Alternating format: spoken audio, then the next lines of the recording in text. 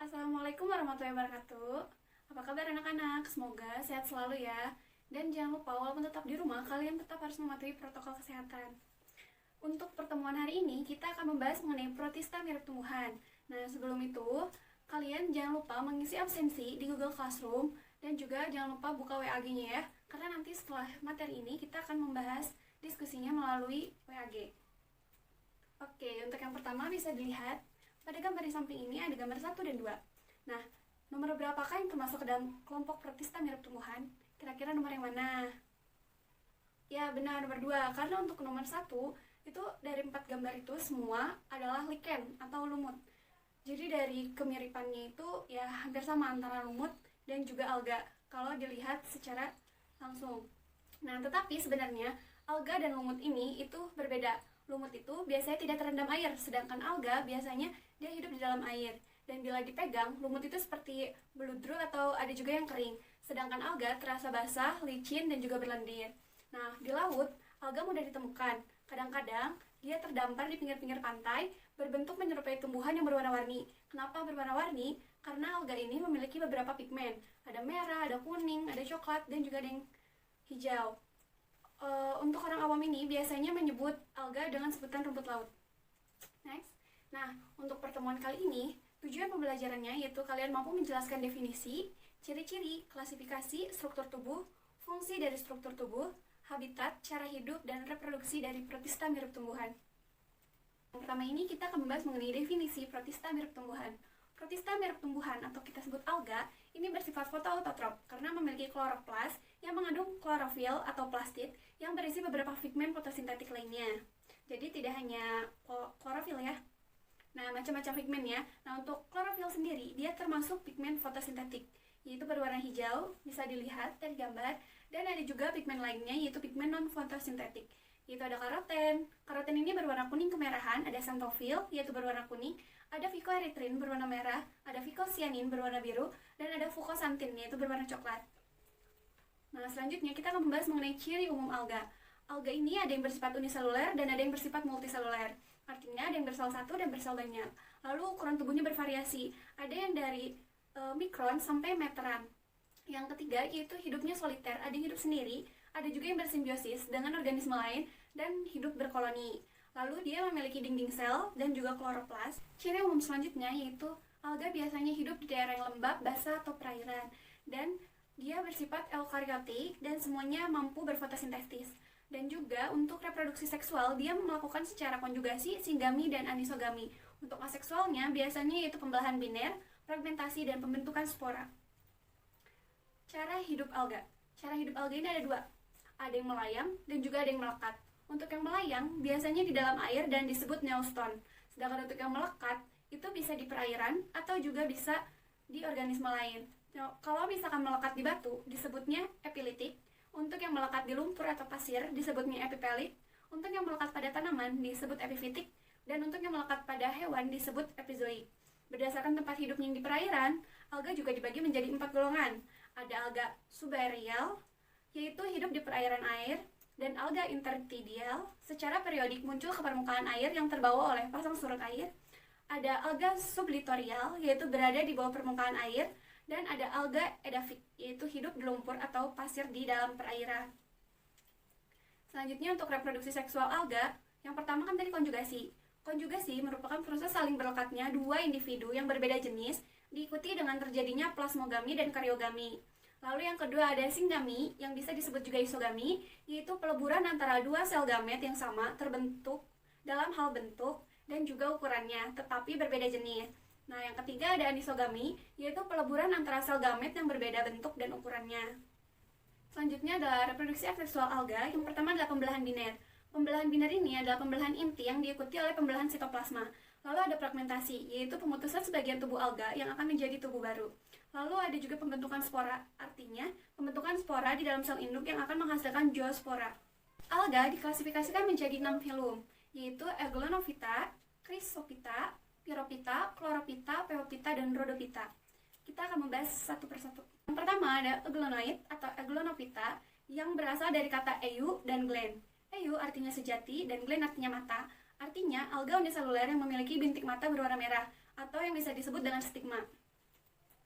Karakteristiknya yaitu tidak memiliki dinding sel, memiliki flagella, dapat bergerak secara aktif atau motil, memiliki pelikel yang fleksibel, memiliki klorofil dan dapat berfotosintesis, memiliki bintik mata untuk membedakan kondisi gelap dan terang. Habitatnya itu di air tawar, bisa di kolam, sawah, danau, parit, dan lain-lain. Untuk reproduksi aseksualnya dengan pembelahan biner, cadangan makanan berupa polisakarida, dan dapat hidup heterotrop. Bisa memakan sisa-sisa bahan organik saat kondisinya tidak mendukung. Untuk strukturnya bisa dilihat pada gambar. Yang pasti untuk ciri khusus dari struktur ini, dia pasti memiliki stigma, kloroplas, dan flagel. Sisanya hampir semua alganya sama, seperti memiliki ribosom, mitokondria, nukleus, itu pasti akan sama. Nah, untuk reproduksi secara seksual, yaitu pembelahan biner yang pertama ini pasti dia melalui pembelahan inti. Setelah pembelahan inti, terjadi pembelahan sitoplasma, yang mana pembelahan ini akan menghasilkan 2 sel anakan. Ketika dewasa, siklus ini akan terus berlanjut, seperti itu. Dan ini ada contoh dari Euglenovita. Selanjutnya kita bahas ke alga yang kedua, yaitu Chrysophyta atau alga pirang, atau juga bisa disebut alga keemasan. Berasal dari kata siros yang artinya emas. Alga yang memiliki pigmen dominan derivat karoten berupa xanthophyll dan juga pigmen lainnya, yaitu ada klorofil A, klorofil C, dan fukosantin. Makanya dari semua pigmen ini dia itu terlihat alganya emas, kepirangan, dan bercahaya di dalam air. Untuk karakteristiknya yaitu uniseluler, ada yang hidup soliter dan juga berkoloni, ada yang berflagel dan juga ada yang tidak. Habitatnya di air tawar dan juga di air laut, hidup sebagai organisme fotoautotrop, menyimpan cadangan dalam bentuk karbohidrat dan juga lemak, memiliki dinding sel yang mengandung hemiselulosa, pektin, atau silika. Beberapa ada yang mampu menyerap senyawa organik terlarut atau menelan partikel makanan dan bakteri dengan menjulurkan pseudopodianya. Nah, untuk Chrysophyta ini dibagi menjadi 3 kelas. Ada Xanthophyce, ada Chrysophyce, dan Basidiophyce. Yang pertama adalah Xanthophyce. Ciri-cirinya dia memiliki klorofil dan juga xanthophyll, hidup multiseluler, berbentuk filamen bercabar dan senositik, bereproduksi secara vegetatif dengan membentuk zoospora, lalu tumbuh menjadi filamen baru yang nantinya akan menjadi alga dewasa. Reproduksi secara generatifnya membentuk antheridium yang menghasilkan spermatozoid dan oogonium yang akan menghasilkan ovum. Bila terjadi fertilisasi, akan menghasilkan zygospora yang akan menjadi filamen baru. Nah, di sini ada gambar mengenai contoh dari Xanthophyceae, yaitu Vauceria. Selanjutnya adalah Chrysophyce.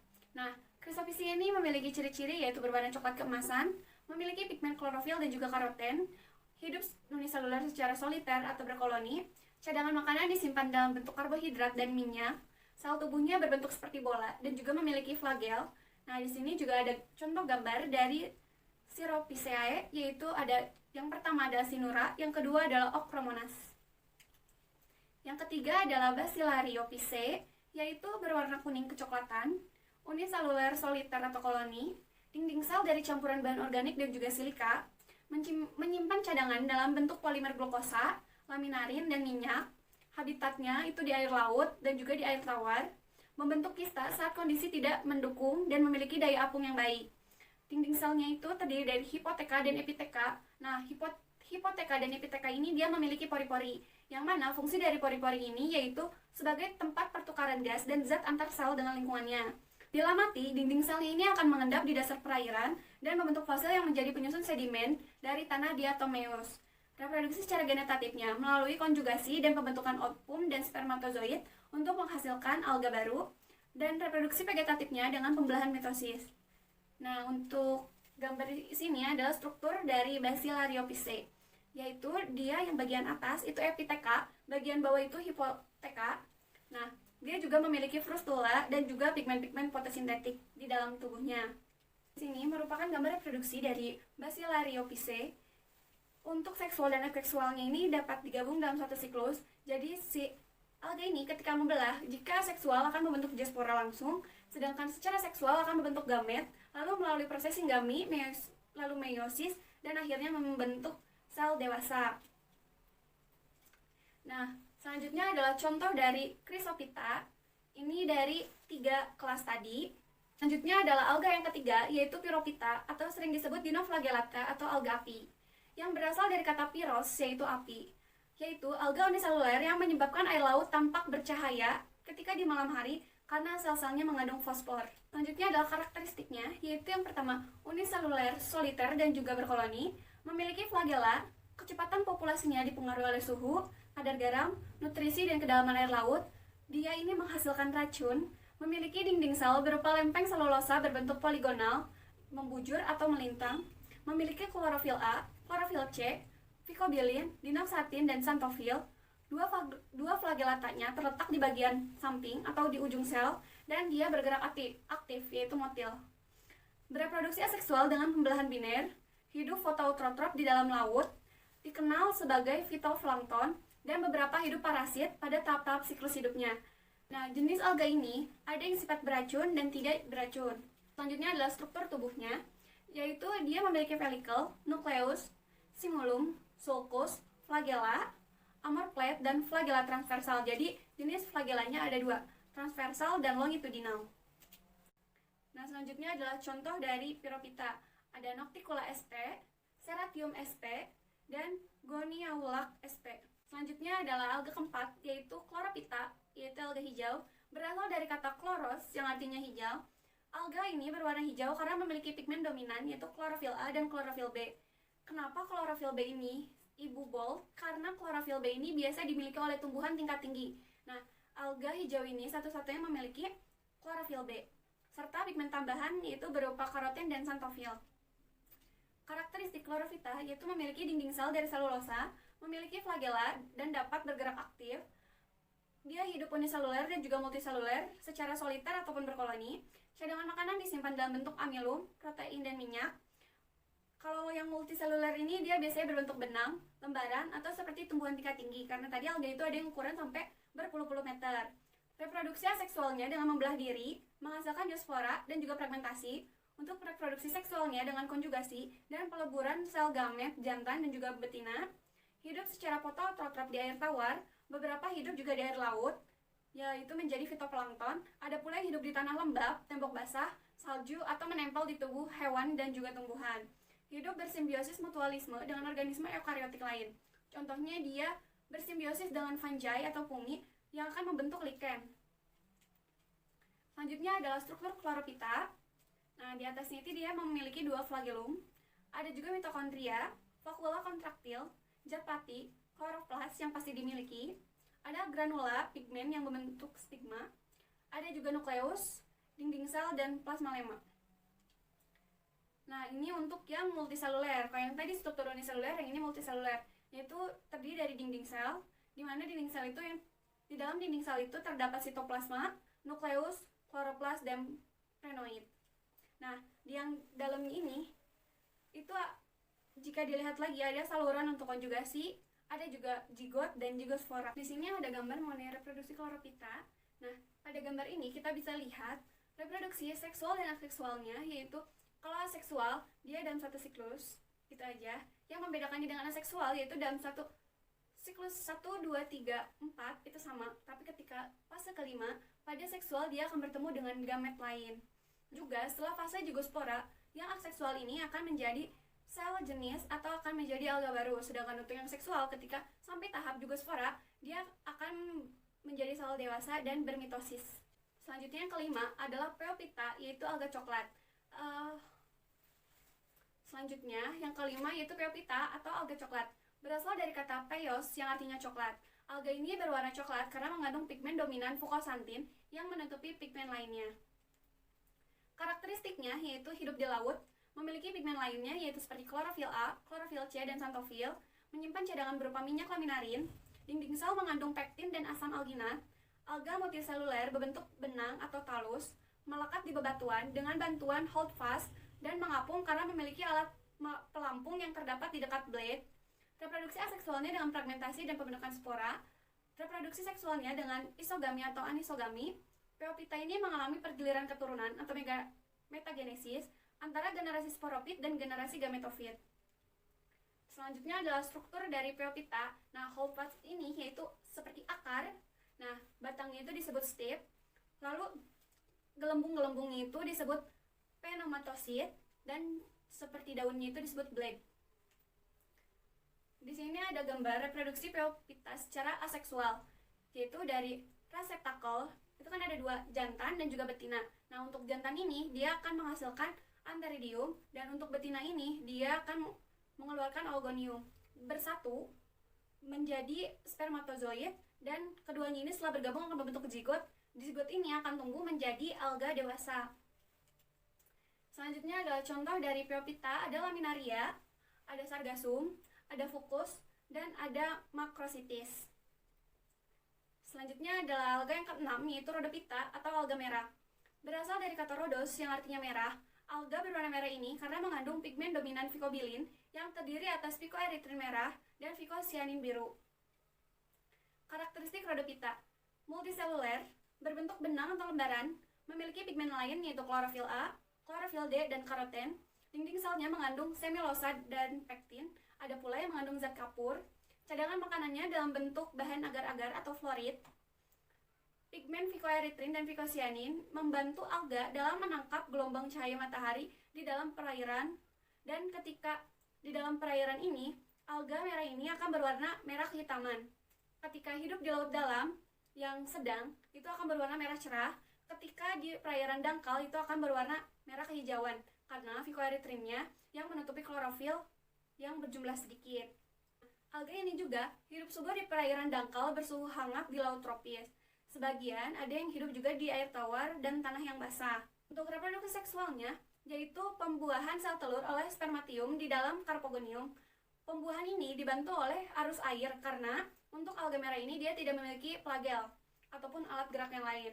Rhodophyta ini mengalami pergiliran keturunan antara generasi gametofit dengan generasi sporofit. Nah, di sini ada gambar reproduksi Rhodophyta.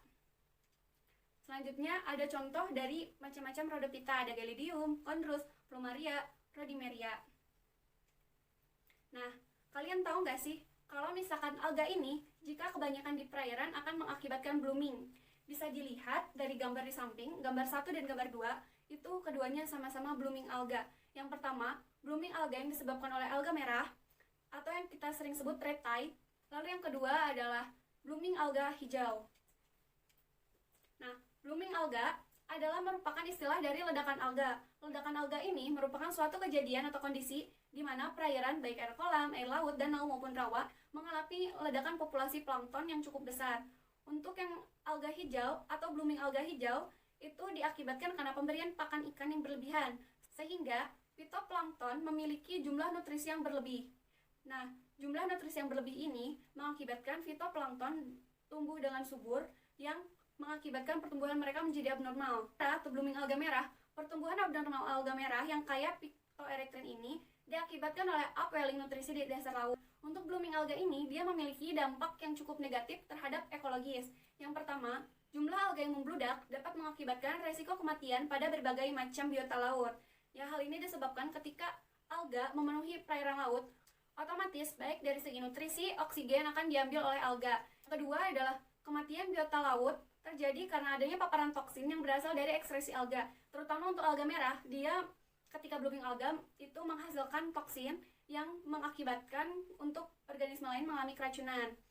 Lalu yang ketiga adalah ledakan alga juga dapat menyebabkan kadar oksigen di dalam air menjadi berkurang. Nah, hal ini karena jumlah alga yang banyak, artinya kebutuhan oksigen yang dibutuhkan oleh alga juga lebih banyak, sehingga terjadi perebutan oksigen antara alga dan juga organisme lain. Yang keempat adalah memicu kematian banyak ikan di laut.